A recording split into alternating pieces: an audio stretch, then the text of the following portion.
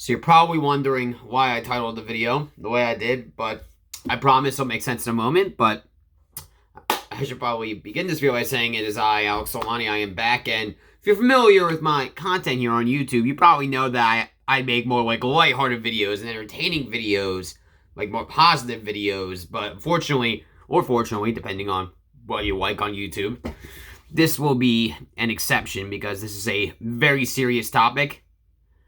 I almost decided to do a different approach to this video, but I decided that this is a serious situation and it should be treated as such. So I should probably give brief context to what I am referring to. Unless you're under a rock, you probably heard about what happened at the Travis Scott Astroworld concert. That was completely reprehensible, and that's what I am looking for. And then if you heard about that, I'm sure you heard about his equally reprehensible apology video, or, you know what, I'm going to put that in quotes, because he didn't even actually apologize in the video. He never once said, "I am sorry," in the video. He never actually apologized, but that's not for me to discuss. I'm not really going to go into too much detail. I have two videos below by a YouTuber I followed for years. He's great. His name is Penguin Zero. Like me, he usually does my entertaining content. And he's known for his deadpan humor. I think of him as like the Norm Macdonald of YouTube with his deadpan delivery. He got arrested in Norm Macdonald's soul, by the way. So, and he'd make great videos about it. He nails it right on the head. And, yeah, those will be below. And I understand there's people out there, brain dead people, no offense, out there that are saying that Travis is innocent. They did nothing wrong, and he is not to blame. But that cannot be further from the truth. It is his concert. Yes, I understand the organizers also the way, but also his organizers that he coordinated with. His organizers. He watched what was going on and didn't stop the concert. But again, I'm not going into too much detail. The video's below, where he goes in depth about what happened in the first video, and then as well as the apology video in the second.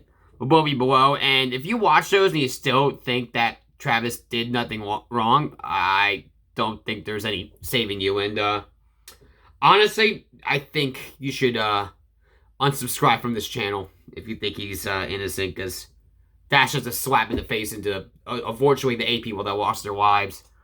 And now to the point of this video, why I called it a real apology, because you heard me mention that Travis Scott never actually apologized, so I am going to do what he didn't do. I am going to actually apologize on his behalf for what happened, because he's not going to do it. The people that weren't on the concert, quote-unquote, did a horrible job, weren't on the concert with him are going to do it. So I am going to do those people justice, and I am going to do it. My personal feelings on Travis Scott's music aside, there's no reason, there's no excuse for them losing their lives like this. So I just wanted to extend my apologies for what happened. I am truly sorry that this happened to you. I am truly sorry that this event was poorly organized. I'm truly sorry that the security was so poor that people broke into the concert, contributed to what happened, played a large part in what happened, and I am truly sorry that Travis Scott completely ignored you. He stopped for a moment for one person, and before that person even got out of there, he just started singing again and get going as that person continued to be unconscious. It was just really sad. And it's also worth noting at another concert, Penguin Zero briefly mentions this. He notes that, well,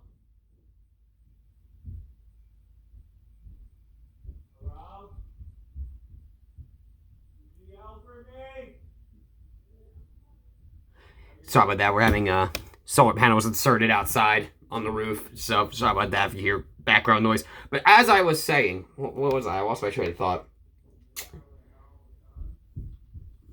Oh, yes, of course. Now I remember.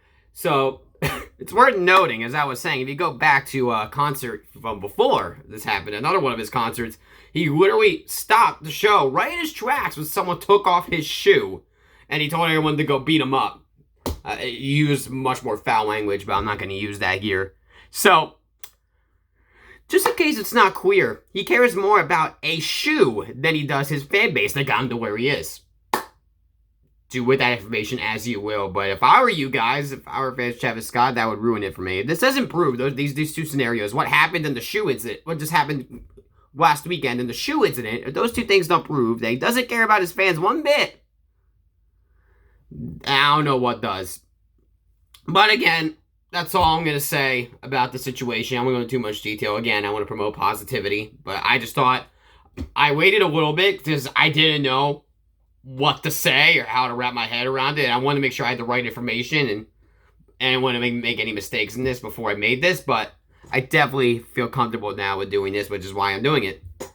And once again, as I wrap up this video, my sincerest apologies to all those who were involved and what happened and the way that they unfortunately died of the crowd crush situation, as that term is known as. It's horrible, horrible way to go, and I feel so bad, so painful, so slow, and my heart goes out to the families of any of those infected, any of those that lost their lives and are injured.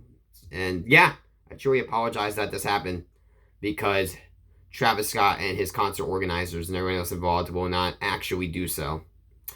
Okay, well, more positivity to come. Thank you for watching. And again, if you want more in-depth information on what happened and what context is the one I'm talking about, those two videos will be below. All right, take care.